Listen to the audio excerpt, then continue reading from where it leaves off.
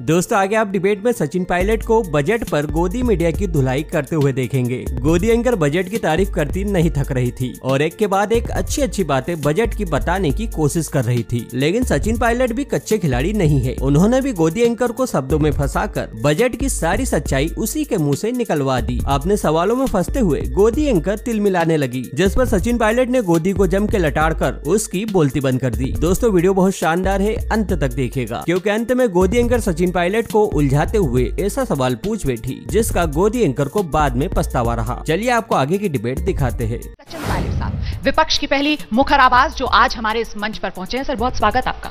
आप कह रहे हैं कि साहब ये शताब्दी वर्ष तक के लिए आजादी के जो खाका सरकार कह रही है उसने बजट में पेश किया है, आपको दूर दूर तक नजर नहीं आ रहा है। बतौर विपक्ष के नेता, किसान नेता के तौर पर किसानों के लिए कुछ नजर आ रहा है या वहां भी कुछ नहीं नजर आ रहा? रुक, तेरे को बताते। देखिए, आपको याद होगा कि सरकार ने सत्ता में आने के बाद जो हमारी बहुत पुरानी एक पंचवर्षीय योजना थी उसको समाप्त कर दिया था। तो 5 ईयर प्लान आपने समाप्त कर दिया। अब आप 25 साल की दूरदृष्टि की बात कर रहे हैं, तो थोड़ा व्यवहारिक नहीं लगता है मेरे को। और बजट जो होता है हर साल आता है, और बजट सिर्फ एक स्टेटमेंट ऑफ अकाउंट्स नहीं है, खर्चा और आय की इनकम की स्टेटमेंट नहीं है। ये इंटेंट और नियत को दर्शाता है। इंडिया भाषण तो लंबे हैं, लचीले हैं, बड़ा देश है, अर्थव्यवस्था बढ़ रही है। सरकार तो कह रही है साहब विकास भी विश्वास भी। सरकार तो कह रही है एमएसपी सीधे खाते में जाएगी। सरकार तो ये भी कह रही है कि 2 करोड़ रोजगार हर साल देंगे। सरकार ने कहा था कि किसान की आमदनी दोगुनी करें।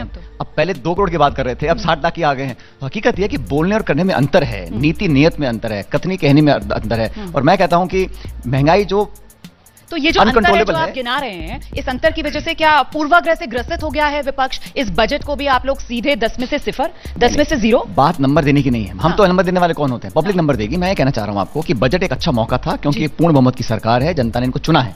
उम्मीद मुझे जनता को थी कि इस बजट से कम महंगाई को रोकने में कुछ कदम उठाएंगे। जो मध्यम वर्ग है, गरीब तबका है, इनकम टैक्स स्लैब्स में कोई इजाफा नहीं किया गया है, तो जिनकी जेब में कोरोना काल के बाद जो आर्थिक तंगी आई थी वो उनको और परेशानी हो रही है। मत भूलिएगा। तो थैंक यू का है सर। अब ऐसा है, जब ये बजट आता है तो अधिकतर जो उद्योग वाले संगठन है वो 10 में से 11 नंबर देते हैं, क्योंकि उनको अपनी नौकरियां करनी है, उनको अपना बिजनेस चलाना है। हकीकत यह है कि 5 करोड़ लोग गरीबी रेखा के नीचे आ गए हैं, और जो 100 सबसे अमीर लोग थे उनके आमदनी में खरबों इजाफा हो गया। तो जो खाई है अमीर गरीब की वो लगातार बढ़ रही है, उसको एड्रेस नहीं किया गया है। पर सर जैसा कि आप खुद ही कह रहे हैं कि दुनिया भर में हुआ है, और आपने ये भी कहा कि देखिए हर चीज में बुराई करना भी ठीक नहीं है। ये तो मानेंगे आप और सरकार की तारीफ करेंगे कि भारतीय अर्थव्यवस्था जो है वो दुनिया भर की अर्थव्यवस्थाओं में सबसे तेजी से बढ़ती हुई अर्थव्यवस्था, 9.2 GDP इस बार, और अगले वित्त वर्ष के लिए 8 to 8.5% का अनुमान जो सरकार लेकर चल रही है, सबसे तेजी से बढ़ रही है। ये वही बात है जैसे अभी तेल के दाम बढ़े थे ना, 110 पे पहुंच गए, फिर 10 रुपए कम कर दिए। बोला देखिए हम 10 रुपए कम कर दिए। अब आप जीडीपी 9 पॉइंट की बात कर रही हैं, लेकिन आप देखिए गिर कितना गया था, वहां से ऊपर उठ रहा है। और अर्थव्यवस्था अगर आप कंपेयर कर रहे हैं तो इतना बड़ा ये देश है, 130 करोड़ यहाँ रहते हैं लोग।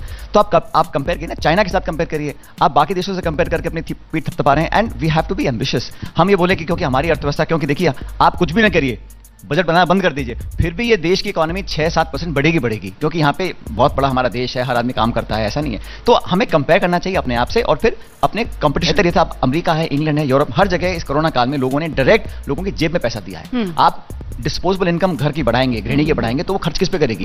उदाहरण देता हूं आपको। आप किसी उद्योगपति को 1 करोड़ रुपया दे दीजिए, वो क्या करेंगे? वो दुनिया में जहां सबसे ज्यादा रिटर्न मिलेगा उसको 1 करोड़ को वहां लगाएंगे। आप किसान या किसी गृहिणी को 10,000 रुपए दे दीजिए, वो क्या करेंगे? उसका स्कूल की यूनिफॉर्म खरीदेंगे, चप्पल जूते खरीदेंगे, खाने की चीज खरीदेंगे, तो कंजम्पशन बढ़ेगा। इसलिए मैं कह रहा हूं गरीब और मध्यम वर्ग की जेब में पैसा आएगा, कंजम्पशन बढ़ेगा। इंडिया से डिमांड बेस्ड इकोनॉमी। तो यहीं पर तो सरकार कहती है ना कि साहब विपक्ष है वो दूरदर्शी है नहीं।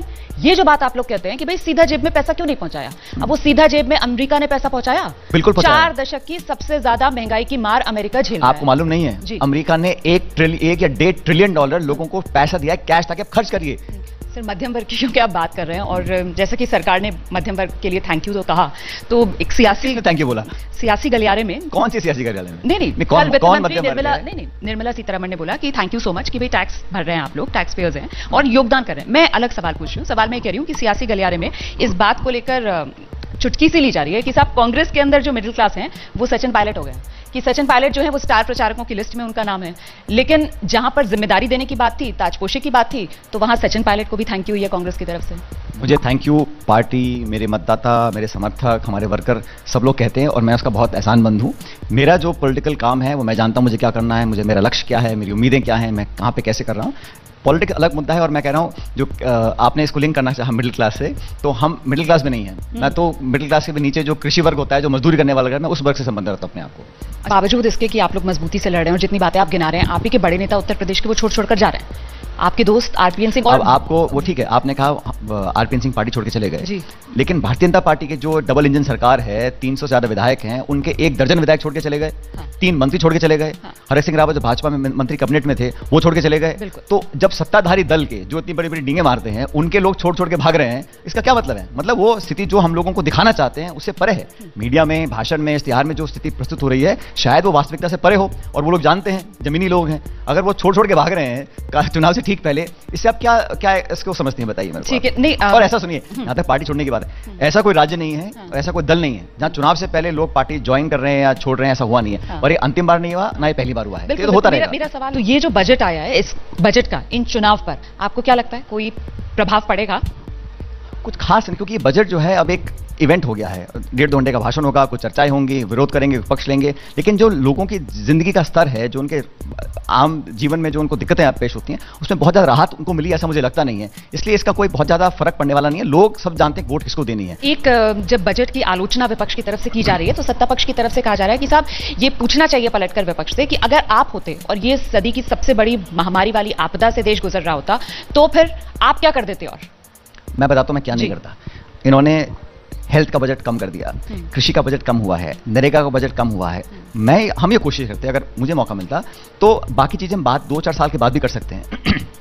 आज जरूरत ये थी कि जो लोग गरीबी से जूझ रहे हैं, जो लोग मजदूरी कर रहे हैं, जो 2 बीघे किसान खेती कर रहा है, उसकी मदद के लिए हम क्या कर सकते हैं। मैं कृषि के उपकरण पर जीएसटी नहीं लगाता, मैं एमएसपी के लिए जो हमने 2,36,000 करोड़ रुपए खर्च किया उसको बढ़ाता, मैं गृहिणियों की जेब में पैसा डालता ताकि वो महंगाई से अपना सामना कर सकें। कोशिश, इंटेंशन होती है। देखिए, आप बजट तो ऐसा है, आंकड़े आप ऐसे पढ़ लीजिए, वैसे पढ़ लीजिए उसको, लेकिन आपकी इंटेंशन क्या है? आप आउटरीच किसको कर रहे हैं? आप मरहम किस पे लगाना चाहते हैं? आप बड़े बड़े उद्योगपतियों का लाखों करोड़ कर्जा माफ करना चाहते हैं, या आप किसानों को कर्जा माफ करना चाहते हैं? ये नीति निर्माण तो पार्टी के अंदर होता है, सरकार के अंदर होता है। हम लोग ये चाहते थे कि इस बजट से बहुत कुछ किया जा सकता था। मुझे लगता है उस उम्मीद पर पूरा